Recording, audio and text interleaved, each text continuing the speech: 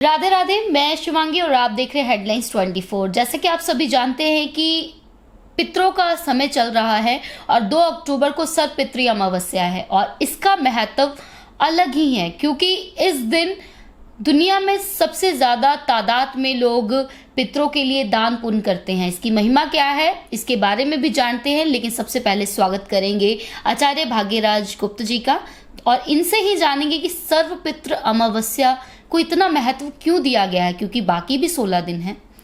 Radhe Radhe sir. Radhe Radhe ji, सभी दर्शकों को मेरा जय श्री राधे कृष्णा जी। सर, सर्वपितृ अमावस्या की क्या महिमा है, मतलब बाकी दिनों के अलावा इसी को सबसे ज्यादा तवज्जो क्यों दी जाती है? देखिए, जैसे हर एक पार्टिकुलर डे होता है। अब आपसे अगर बात कही जाए, कोई भी इस धरती पर है तो वो अपने हर दिन को जीते हैं, लेकिन जिस दिन उनका जन्मदिन होता है उस दिन उनको शायद एक अलग ही खुशी होती है। तो इसी तरह से सभी पार्टिकुलर डेज हर चीज़ के लिए रखे गए हैं। तो ये जो 15 दिन आते हैं साल में, ये सभी पितरों के लिए बहुत ही ज़रूरी होते हैं। पितृपक्ष इसीलिए बोला जाता है इनको। और जो अभी सर्वपितृ अमावस्या है, इसका बहुत ज़्यादा महत्वपूर्ण योगदान इसलिए है कि कहा तो ये गया है ग्रंथों में कि आपके पितृ की तिथि जिस दिन हो। पितृ कौन होते हैं? पितृ बेसिकली आपके गार्जियंस होते हैं जो इस दुनिया में अब नहीं है। वो आपके माता पिता हो सकते हैं, आपके दादा दादी हो सकते हैं। हालांकि आजकल की जनरेशन काफ़ी बहुत ज़्यादा तर्क वितर्क करती है इस पर, बिल्कुल, कि क्या किसी कौवे को कुत्ते को खिलाने से क्या हमारे दादाजी खा जाएंगे। तो मैं बताना चाहूँगा आपको कि this is the all soul. चाहे वो कुत्ता है वो भी एक सोल है, कौवा है वो भी एक सोल है, आपके जो पिता माता हैं वो भी एक सोल है, आप खुद एक सोल हैं। तो यहाँ पर कि जब पितृपक्षों में कहते हैं पितर आते हैं, तो जिस तिथि पर आपके पूर्वज की डेथ हुई हो तो उस तिथि पर बहुत ज़्यादा मान्यता है, क्योंकि उस दिन वो आते हैं और यहाँ पर ये दिखाया जाता है कि आप उनके प्रति कितने कृतज्ञ हैं।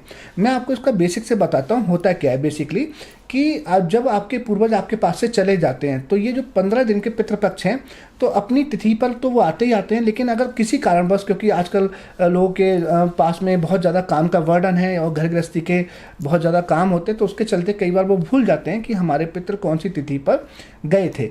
तो अगर आपको तिथि याद नहीं रहती तो ऐसे लोगों के लिए बनाया गया है कि वो अगर भूल चूक हो चुकी है, उनसे वो नहीं याद है, तो कोई इतना बड़ा पाप नहीं है। तो उनके लिए एक ऑप्शन दिया गया कि ऐसे लोग सर्वपितृ अमावस्या पर कर सकते हैं, यानी कि जो आपके पितृ हैं जिस तिथि को उनका देहांत हुआ होता है उस तिथि पर तो वो आते ही आते हैं। लेकिन अगर आपको नहीं याद है तो वो पितृ आपके फिर फाइनली जब क्या होता है कि जो पितृ अमावस्या होती है, सर्वपितृ अमावस्या, उस पर आते हैं। अब उस पर आते हैं तो आपको करना क्या चाहिए? देखिए, मैं आपको बताता हूँ। जिस तरह से आप डेली भगवान के मंदिर जाते हैं, पूजा करते हैं, अगर आप किसी एक दिन भगवान की पूजा नहीं भी करेंगे तो भगवान आपसे नाराज़ नहीं होते, क्योंकि उनकी पूजा आप नहीं करेंगे तो दूसरे बहुत सारे धरती पर भक्त हैं जो उनकी पूजा कर रहे हैं। लेकिन जब आपके पितृ आएंगे, चाहे वो उस तिथि पर आएंगे, अगर आपको वो तिथि याद नहीं है तो फिर फाइनली सर्वपितृ अमावस्या पर आएंगे। तो अगर आपने उनको नहीं पूजा या आपने उनको नहीं ध्यान दिया, उनके प्रति अपनी कृतज्ञता नहीं दिखाई, तो पड़ोसी तो आपके माता पिता की पूजा नहीं करेंगे ना। तो आप सोचिए कि अगर आपने उनको नहीं देखा तो उनको कौन देखेगा?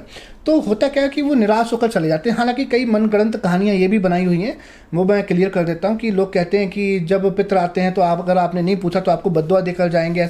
ऐसा कभी नहीं होता, तो डरने की ज़रूरत नहीं है। लेकिन आपका फ़र्ज बनता है। वो आपको बद्दुआ क्यों नहीं देंगे, उसके पीछे का कारण बताता हूँ कि क्या कभी किसी के माता पिता अपने बच्चे को बद्दुआ देते हैं? तो जब वो ना ही तो वो जिंदा बद्दुआ देते हैं, ना ही वो मरने के बाद देते हैं। लेकिन हाँ, ये ज़रूर है कि अगर आप चाहते हैं कि आपका भाग्य बहुत तेज काम करे, आप चाहते हैं कि आप जीवन में जितनी भी रुकावटें का सामना करते हैं वो रुकावटों का सामना ना करना पड़े, तो पितृ पक्ष में पितरों की सेवा करने से आपका भाग्य का उदय अवश्य होता है। कुंडली में किसी का 9th हाउस किसी भी प्रकार से दूषित है, आपके जो भाग्येश हैं, अगर भाग्येश आपके अस्त हो रहे हैं, आपके भाग्येश कहीं दुष्टान भाव में बैठे हैं 6, 8, 12 में, आपके भाग्येश किसी शत्रु दृष्टि की वजह से खराब हो रहे हैं, आपके भाग्येश की डिग्री बहुत कम है, आपके भाग्येश बकरी है, तो इन सभी कंडीशन में ये वरदान साबित होता है। पितृपक्ष का जो दौर होता है कि अगर आप इन पितृपक्ष में अपनी तिथि के हिसाब से, जो आपके पितरों की तिथि है, अगर नहीं याद, तो फाइनली सर्वपितृ अमावस्या पर अगर आप उनके नाम से दान निकालते हैं, आप किसी ब्राह्मण को भोजन खिलाते हैं, तो ये कहा गया कि आपका जो 9th हाउस है वो बहुत ज़्यादा बैलेंस हो जाता है, यानी कि आपका जो भाग्य स्थान है वो बहुत बैलेंस हो जाता है और आपका भाग्य आपका साथ देना शुरू कर देता है। जैसे कुंडली का 5म भाव दर्शाता है आपके पिछले पुण्य कर्मों कर्मों के लिए। तो कुंडली का 9th हाउस दर्शाता है आपके पितरों के लिए। तो यहाँ आप ये लोग समझें कि जो लोग तर्क वितर्क करते हैं कि कितना जरूरी है। और मैं आपको ये भी बता दूं, जो लोग ऐसा नहीं मानते ना कि नहीं पितर कुछ नहीं होते, मैं बहुत ज़्यादा दावे के साथ कह सकता हूँ कि आप देखेंगे जीवन में उनके कहीं ना कहीं बहुत ज़्यादा परेशानी अवश्य होगी। और अगर एक छोटी सी चीज़ करने से, अगर अपने पितरों के नाम से दान पुण्य करने से अगर आपका भला होता है, तो इसको करने में हर्जी क्या है। और जो लोग कहते हैं कि क्या कौवे कुत्ते को खिलाने से क्या हमारे पितर खुश हो जाएंगे, तो मैं आपको बताऊं यहाँ पर आपने 2 काम बहुत ज़रूरी करने होते हैं। सबसे पहला तो कि जब आप अपने पितर का श्राद्ध कर रहे हैं तो कोशिश करें ब्राह्मण को घर लेकर आएँ। ब्राह्मण आपको विधि विधान से अपने उनका श्राद्ध करवाएगा। लेकिन यहाँ पर आप ये याद रखें, दान पुण्य तो करना ही है। दान पुण्य से ज़्यादा जरूरी क्या होता है कि आप ईश्वर से तर्पण देते समय ये प्रार्थना करें कि हे प्रभु, जो भी आपके माता पिता इस दुनिया में नहीं है, कि हे प्रभु मेरी माता या पिता जो इस दुनिया में नहीं है, जो पितृ बन चुके हैं, अगर वो पितृ बन चुके हैं तो उनको अच्छी प्लेसमेंट देना, यानी कि उनको बैकुंठ में या स्वर्ग में जगह देना, उनको अंधेरे में ना रखना। और सबसे बड़ी बात यह कि उनको सारी सुख सुविधाएं देना। अगर उनका कहीं जन्म हो चुका है तो वो किसी भी चीज़ के लिए कमी महसूस ना करें, उनको धन धान्य देना। तो ये आपने कृतज्ञता दिखानी होती है अपने पितरों के प्रति। इससे भगवान भी बहुत प्रसन्न होते हैं। वो कहते कितनी अच्छी संतान है कि जिन लोगों की वजह से आज ये इस धरती पर हैं, जिनकी माता ने इनको जन्म दिया, जिनके पिता की वजह से आज ये हैं, जिन्होंने पाल पोस कर इतना बड़ा किया, उनके लिए कितने चिंतित हैं और उनके लिए प्रार्थना कर रहे हैं। तो प्रभु भी आप पर जो है अपनी कृपा बरसाते हैं कि यही सच्चा बच्चा है जो अपने माता पिता के लिए इतना कृतज्ञ है और इतना ज़्यादा उनका ध्यान है कि उनके लिए सभी चीज़ें उनको धरती पर मिलनी चाहिए जहाँ भी वो हों। तो ये कृतज्ञता आपके अंदर होनी चाहिए। साथ ही में आप दान करें। अगर किसी वजह से आप कहीं बाहर हैं, आप ब्राह्मण नहीं बुला पाते, क्योंकि आजकल जो दौर चल रहा है बहुत ज़्यादा लोग बिजी हैं, जैसा कि मैंने कहा कई लोग आउट ऑफ स्टेशन जॉब करते हैं, कहीं अदर कंट्री में हैं जहाँ पर नहीं बहुत सारे ब्राह्मण मिल पाते। तब आपके लिए बहुत ही छोटा विधान बताते हैं जो आप बहुत आसानी से कर सकते हैं कि आप सर्वपवित्र अमावस्या पर घर में भोजन बनाएं और भोजन के जो है 5 हिस्से अवश्य निकालें।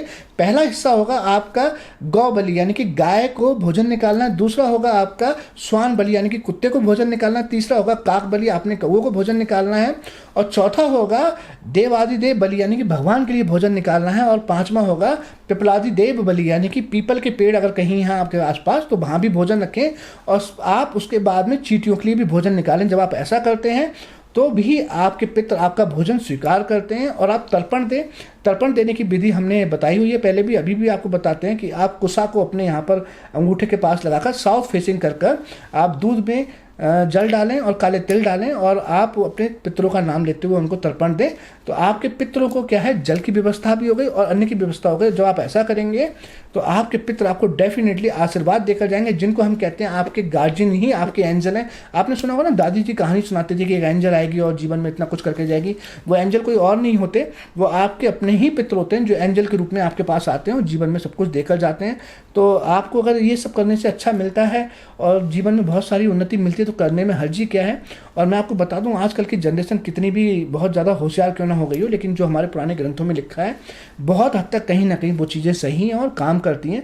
तो आज की जो जनरेशन बहुत ज़्यादा परेशान है, बहुत ज़्यादा एंजाइटी है, जरा जरा सी बात पे क्रोध करते हैं, आजकल जो घर टूट रहे हैं, वो कहीं ना कहीं यही दौर है कि आप पुरानी परंपराओं को नहीं मानते, आपने छोड़ दिया और जिसका फल आप भोगते हैं।